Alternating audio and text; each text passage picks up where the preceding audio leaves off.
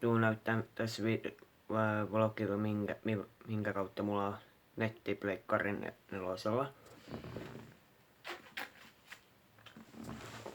Ja mulla on se tällaisen laitteen kautta. Kello on noin 5:03 aamulla.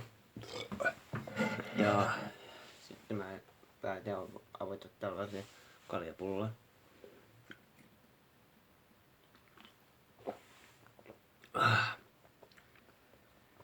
Ja mulla on tässä puhelimessa sellainen ongelma, että mulla tulee näitä mainoksia silloin tällöin, että jos mä oon yrittänyt pelata MCP eli Minecraft Pocket Edition, niin tulee vitusti mainoksia.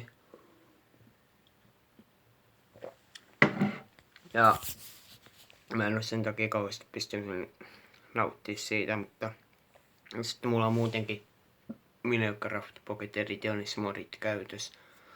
Et voi johtua myös siitäkin, että jos mä poistaisin kaikki ne Minecraft Pocket Edition modit ja koko sen pelin, niin voi olla, ettei mulla olisi sen jälkeen enää yhtäkään niinku mainosta.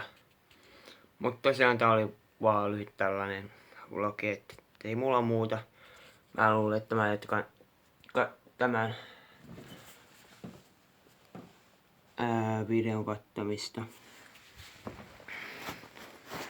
Ja pikaisesti vielä voisin näyttää, mitä kaikkea mulla on tuolla hyllyn päällä.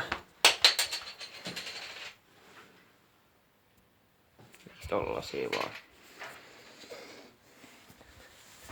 Peace out. Nähdään ensi videossa.